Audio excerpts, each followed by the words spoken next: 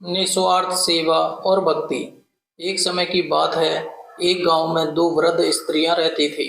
दोनों का इस जगत में कोई नहीं था। वो दोनों ही एक दूसरे का सहारा बनकर बड़े प्रेम भाव से रहती थी।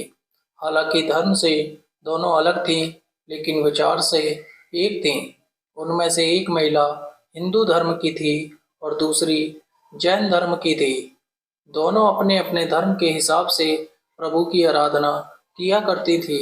उनमें से हिंदू धर्म की महिला थी। उसने अपने घर के मंदिर में श्री कृष्ण के बाल स्वरूप लड्डू गोपाल को बड़े प्रेम भाव से विराजमान किया था और उन्हें प्रतिदिन एक बालक के भांति प्रातःकाल नहला धुलाकर सुंदर वस्त्र आभूषण आदि पहनाकर तैयार करती थी। वह उन्हें एक बालक के समान ही मानती थी, इसीलिए कहीं भी बाहर जाती उनके लिए फल खिलौने आदि चीजें लेकर आती थी और प्रेम पूर्वक उनको भोग लगाती थी।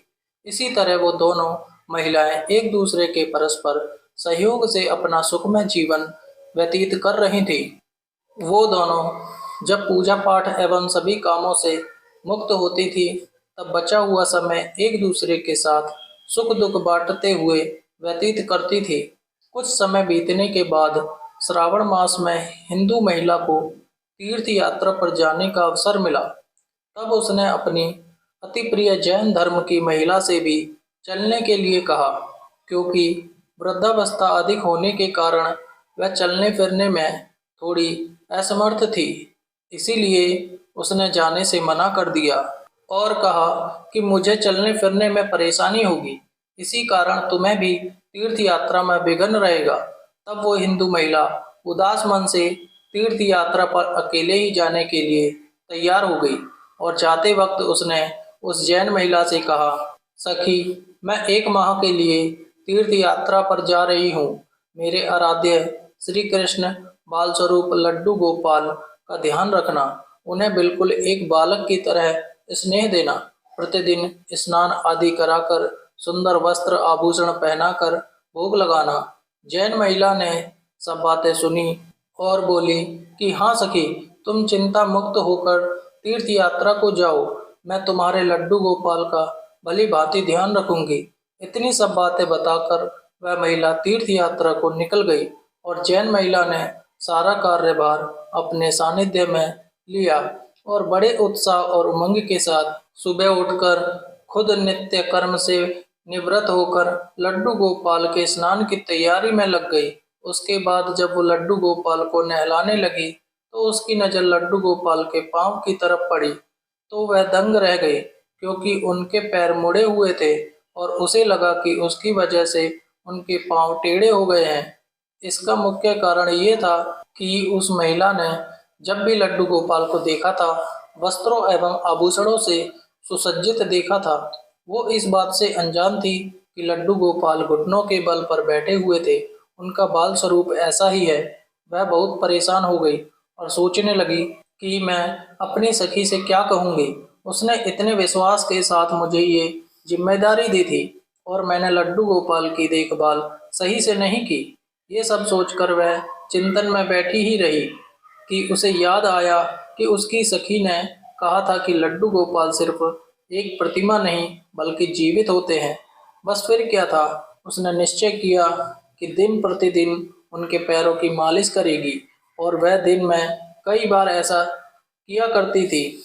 और जैसा कि श्री कृष्ण का स्वभाव है, वो है ही इतने कृपालु दया निधान। उस वृद्ध महिला की इस नादानी भक्ति से वशीभूत होकर उन्होंने उस पर अपनी अपार कृपा लुटा दी और एक दिन वह महिला रोज की भांति प्रातःकाल उठकर लड्डू गोपाल को नहलाने का प्रबंध कर ही रही थी कि उसकी नज़र उनके पैरों पर पड़ी। उसने देखा कि लड्डू गोपाल के पैर ठीक हो गए और यह सब देखकर वह वृद्ध महिला खुशी से फूली न समाई और ये सारा वृतांत सुनाने के लिए अपनी सखी का बेसब्री से इंतजार करने लगी। कुछ समय पश्चात जब वह हिंदू महिला तीर्थ यात्रा पूर्ण करके वापस आई, तो सबसे पहले वो अपने लड्डू गोपाल के दर्शन को ललाहित थी और जैसे ही उसने लड्डू गोपाल को देखा तो आश्चर्य में पड़ गई। उसने देखा कि लड्डू गोपाल खड़े हुए थे। उसने सोचा कि शायद ये उसके लड्डू गोपाल नहीं है और अपनी सखी के पास जाकर ये सब पूछा। तब जैन धर्म की महिला ने सारा वृत्तांत उसे सुनाया।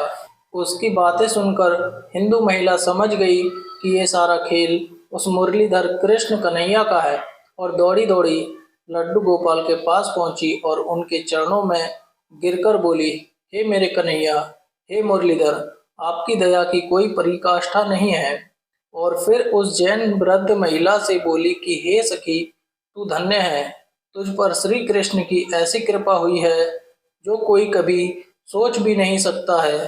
तुझे नहीं पता कि हमारे लड्डू गोपाल के पांव तो ऐसे ही थे, क्योंकि उनका ये बाल स्वरूप बैठी ही मुद्रा में है, लेकिन तेरी भक्ति ने उनके इस स्वरूप को बदल दिया, उनके पैर सीधे कर दिए। वीडियो अगर पसंद आया हो तो वीडियो को लाइक और चैनल को सब्सक्राइब करें और अपने दोस्तों के साथ शेयर करें। धन्यवाद। कमेंट में जय श्री कृष्ण जरूर लिखें।